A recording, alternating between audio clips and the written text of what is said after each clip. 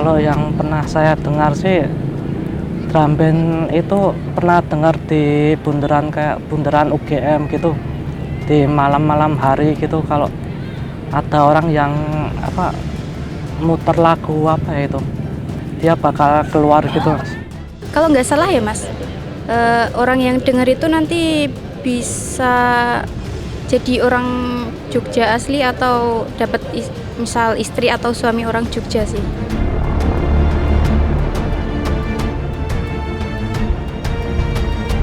Ya, ada salah satu mitos di Jogja yang sangat menarik, yaitu adanya suara drum band yang muncul pada malam hari atau di tengah malam.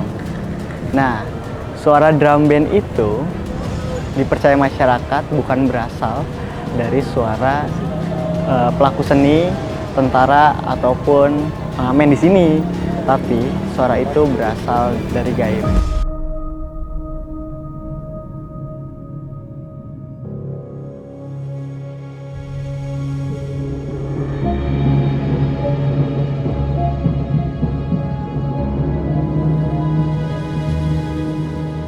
Selain mitos drum band, serunya di Yogyakarta itu banyak banget mitos-mitos lainnya, seperti adanya Nyai Ratu Kidul, terus mitos-mitos di Gunung Merapi, terus juga ada rumah pocong, dan banyak. Pokoknya Jogja itu syarat banget sama hal-hal mistis, hal-hal supranatural, dan juga hal-hal spiritual. Nah, makanya itu yang membuat warga Jogja, bahkan orang luar Jogja, merasa dan menilai bahwa Jogja itu hal yang kental dengan hal-hal gaib.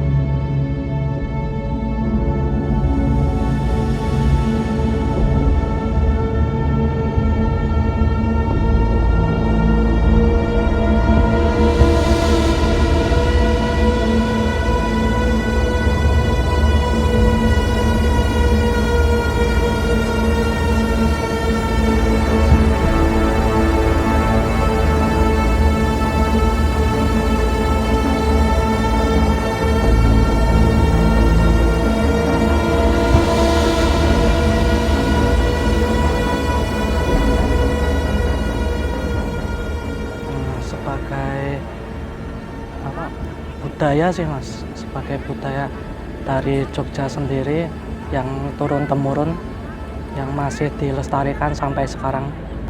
Kalau menurut saya sendiri sih esensinya sih untuk mempererat warga Jogja sendiri ya Mas. Bagus sih Mas, soalnya kan menguri-nguri budaya di daerah Jogja. Kalau menurut saya pribadi, karena dari awal saya lahirnya di Jogja atau Jawa ya Mas ya, ada yang bilang kalau orang Jawa itu jangan hilang Jawanya. Menurut saya kayak gitu tuh termasuk filosofinya itu termasuk dari kearifan lokal ya. Itu hanya sebagai bagian dari apa ya, upacara atau sebagai bagian dari apa istilahnya kayak media untuk yang sebenarnya yang ke Tuhan, tapi berat media itu. Jadi event-event seperti itu kan sebenarnya untuk ibaratnya mengenang dari nenek moyangnya, atau juga bisa juga dari apa yang sudah dilakukan nenek moyang zaman dahulu kayak gitu sih. Soalnya kan banyak orang-orang sini juga yang percaya sama hal kayak gitu. Jadi ya percaya aja sih. Saya masih penasaran soalnya Mas, dalam artian dari cerita-cerita yang tentang Nyi Roro Kidul, terus kayak Petro, Mbah Semar, sama hubungannya sama Keraton Tugu, itu justru di sini saya lebih pengen mendalami lagi. Kalau kasarnya sih saya pengen ketemu gitu loh Mas, pengen nanya-nanya panjang lebar gitu loh. Cuman kan karena saya orang biasa ya. Kalau pandanganku dengan mitos kayak gitu sebenarnya sah-sah saja ya, karena itu kan sebagian tadi juga kearifan lokal juga, bagaimana cara kita menghargai menghargai jasa dari nenek moyang ataupun dari sesuatu yang sebenarnya dulu tuh bukan dipuja tapi lebih ke arah dihormati. Jadi bagaimana orang-orang yang zaman sekarang atau zaman akan datang itu masih menghormati itu juga. Jadi kenapa itu masih terjadi dan kenapa itu masih dijadikan mitos ataupun sesuatu yang diagungkan, karena hal itu yang akan nantinya bisa sesuatu yang bersejarah dan berarti untuk masyarakat nantinya.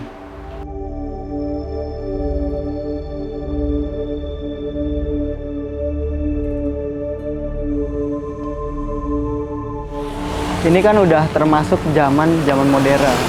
Namun masyarakat Jogja itu masih meyakini mitos-mitos, mematuhi peraturan-peraturan yang dibuat dari zaman dahulu. Pada dasarnya mitos-mitos itu kan lebih ke arah kebudayaan, dan masyarakat Jogja pun masih mematuhi kebudayaan tersebut. Dan itu cukup unik menurut gua. Dan sebagai warga baru Jogja, gue lebih ngerasa spiritual energi yang berada di kota Jogja itu sangat kuat. Kebudayaannya juga sangat kuat. Dan termasuk entiti-entitinya juga yang kuat. Jadi memang syarat akan hal-hal positif dari segi yang tadi gue bilang, kebudayaan, spiritual maupun supranatural gitu. Gue ngerasanya di sini tuh adem, walaupun ketika kita melihatnya dari sudut pandang hal-hal mistis dan gaib, memang banyak cerita-cerita juga yang bikin bulu kuduk merinding ya teman-teman. Tapi itu semua terbalut dalam kehangatan kota Jogja yang masih mencintai kebudayaannya, dan itu biasanya disebut dengan Jogjani gitu, yaitu dimana masyarakat Jogja sangat patuh dan turut ikut memberdayakan kebudayaan yang ada dari zaman dulu.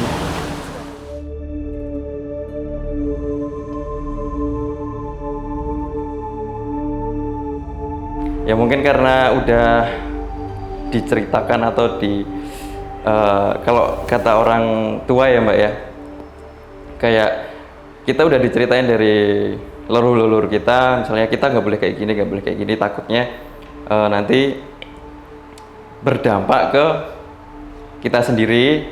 Makanya sampai saat ini buat saya pribadi untuk mitos-mitos kayak gitu saya masih mempercayai. Ya udah dari adat lamanya juga sih, jadi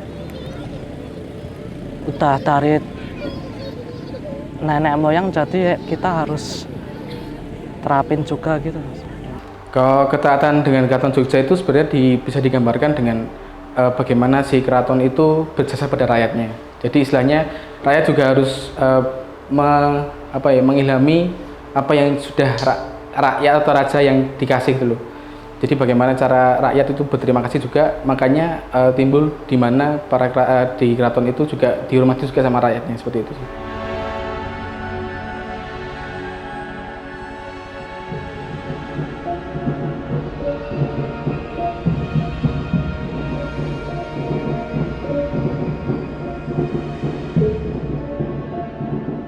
Mitos drum band Jogja pernah dengar Mas?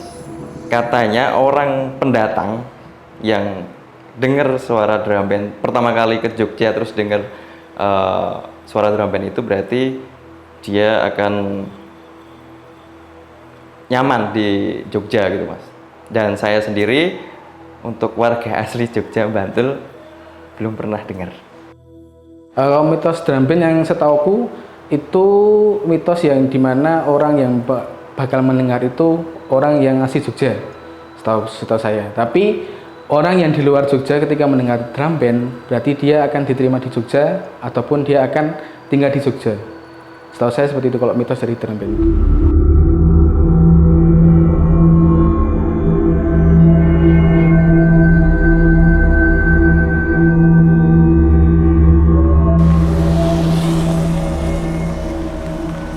Mengenai mitos drum band, salah satunya terdengar dari wilayah sini gitu.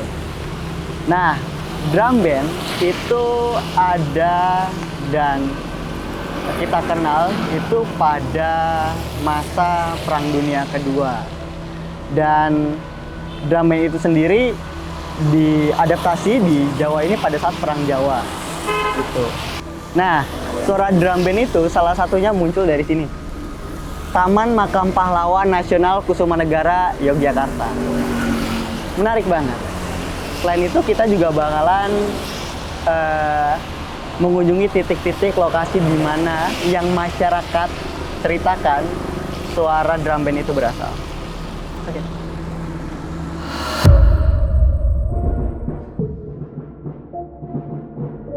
Seperti apa yang udah gue bilang tadi, drum band itu dikenal pada saat Perang Dunia Kedua. Nah, ini tuh berawal dari para veteran perang ya, yang memainkan mars sebagai tanda kemenangan. Drum band sebenarnya merupakan kesenian yang bersifat semi-militer. Dari masa di mana Bergodo prajurit Keraton Yogyakarta masih merupakan kekuatan keamanan. Nah, sampai saat ini drum band masih sering kita jumpai, yaitu di latihan, atraksi militer, ekstrakurikuler sekolah, maupun unit kegiatan mahasiswa di kampus. Drum band di Keraton Yogyakarta sendiri muncul sejak masa berakhirnya Perang Jawa, di masa pemerintahan kolonial Belanda. Nah, Keraton Yogyakarta kemudian mengadaptasi atribut prajurit yang mirip dengan militer Eropa. Peran prajurit keraton yang awalnya berfungsi penuh sebagai kekuatan militer mulai bergeser menjadi penjaga keamanan dan kelengkapan upacara. Sehingga secara tidak langsung bisa dikatakan Yogyakarta sejak dulu selalu dijaga oleh warga maupun para pendahulunya.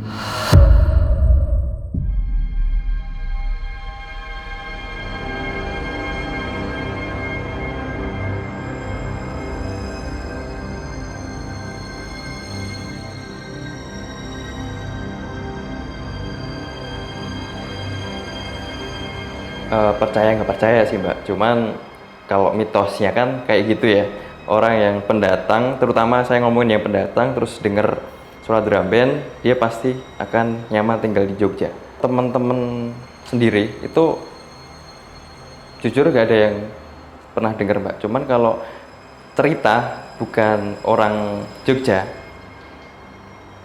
Jadi teman saya punya teman kuliah di Jogja, ngekosnya di daerah Sleman. Dia tuh malam-malam dengar suara drum band karena penasaran, dicari suara drum bandnya itu ke daerah sampai deket-deket UGM. Tapi nggak ada Mbak. Di situ emang ada suaranya, cuman nggak ada ininya orang-orangnya. Dengan cerita-cerita yang beredar tentang drum band itu sebenarnya malah lebih ke sakral ya. Bagaimana cara orang di Jogja itu hidup, bagaimana cara orang-orang di Jogja itu bermasyarakat, itu kan juga termasuk dari kearifan lokal juga, kembali ke kearifan lokal, bagaimana cara menghormati masyarakat sekitar, itu juga berpengaruh juga di situ. Kalau dari cita-cita teman-teman yang pernah mendengar itu ya memang beberapa kasus terjadi yang mendengar itu ya akhirnya menetap di Jogja. Dari drum band itu kan banyak versi ya yang beredar, ada yang bilang dari AU, ada yang bilang juga dari keraton, tapi kalau beberapa juga sudah mencari tahu bahwa itu sebenarnya bukan dari situ, tapi memang ada suara yang ibaratnya entah dari mana, tapi ada suara yang menyerupai drum band itu.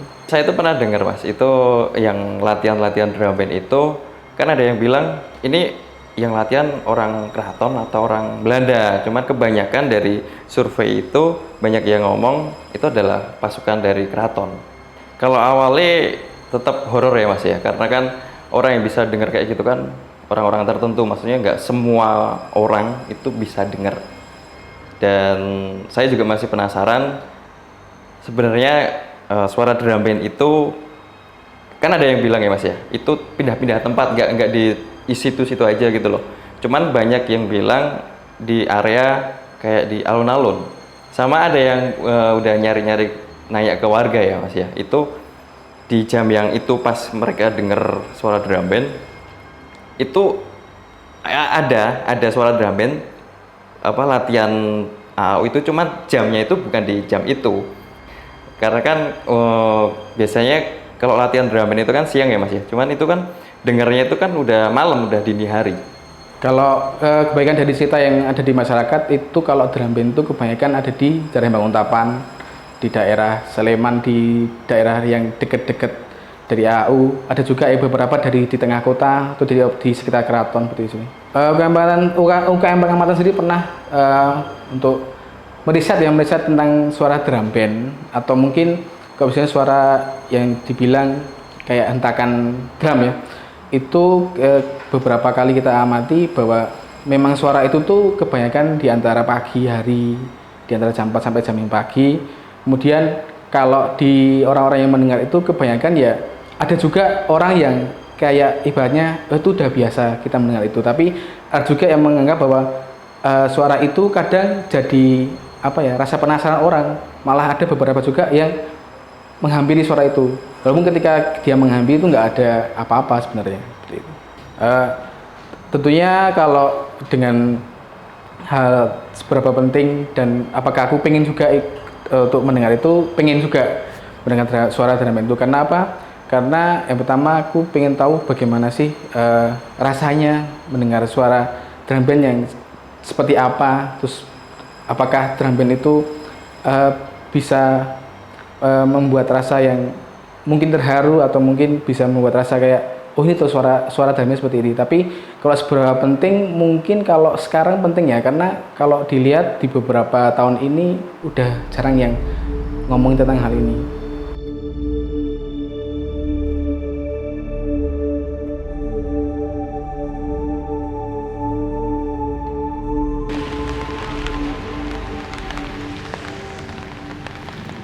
Kita udah ke beberapa titik yang memang menjadi tempat terdengarnya drum band gaib menurut para saksi ya, masyarakat sekitar, yaitu tadi di Stadion Mandala Krida sekitarannya, terus ada di Blok AAU, terus ada di Bundaran UGM, dan yang satunya lagi adalah di Taman Makam Pahlawan.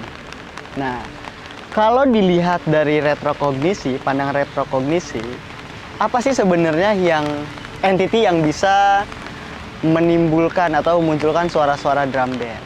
Nah, dari pandanganku sendiri tadi memang empat titik tadi, itu memang ada pusat energi yang sangat kuat, dan itu seperti bisa lebih memunculkan eksistensinya dibanding tempat-tempat lain. Mungkin entah di situ tempat yang bersejarah atau tempat yang diyakini masyarakat memang kuat mitosnya gitu. Jadi energi-energi gaib di sana itu sangat kuat, dan itu memunculkan entity yang bisa mudah terdengar oleh masyarakat maupun pendatang yang ke Jogja. Nah, untuk bentuk entitinya sendiri itu beberapa aku melihat kayak semacam prajuritnya memang yang bermain, dan ada juga yang tidak berbentuk tapi hanya suara saja seperti itu. Dan aku rasa bentuk ini tidak memberikan dampak negatif ya, maksudnya lebih kayak udah masing-masing aja, karena memang sesuatu yang ada itu bisa karena tanpa alasan gitu loh. Dan ini merupakan menjadi ikonik atau budaya yang memang berada di kota Yogyakarta. Untuk mitos yang berkembang di masyarakat, apakah memang yang mendengarkan suara drum band itu memang membuat seseorang itu diterima di Yogyakarta apa tidak? Tadi aku sambil retrokognisi itu ada informasi yang menyebutkan bahwa sebenarnya itu hanyalah sinkronisasi energi, bahwa seseorang itu sudah menginjak di tanah Yogyakarta.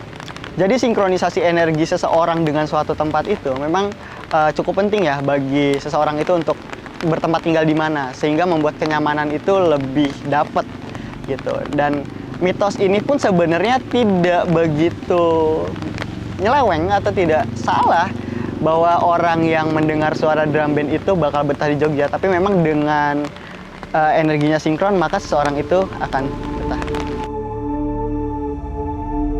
So, intinya untuk mististigasi kali ini mengenai mitos Yogyakarta dan drum band itu apa ya, kita bisa nilai bahwa Yogyakarta itu sangat apik dengan kebudayaannya gitu. Entah itu kebudayaan dari secara seni maupun metafisika terutama. Masih banyak tempat-tempat di Yogyakarta yang masih kental juga akan mitos mistisnya. So, buat Sobat Javanika yang berada di kota Yogyakarta tepatnya, yang tahu akan mitos-mitos di sini boleh tulis di kolom komentar. Siapa tahu nanti kita bisa ke sana.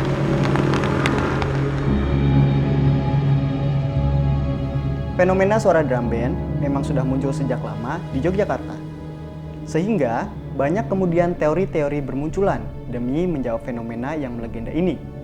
Namun, apapun itu jawabannya, selamanya Jogja tidak akan kehilangan daya magisnya.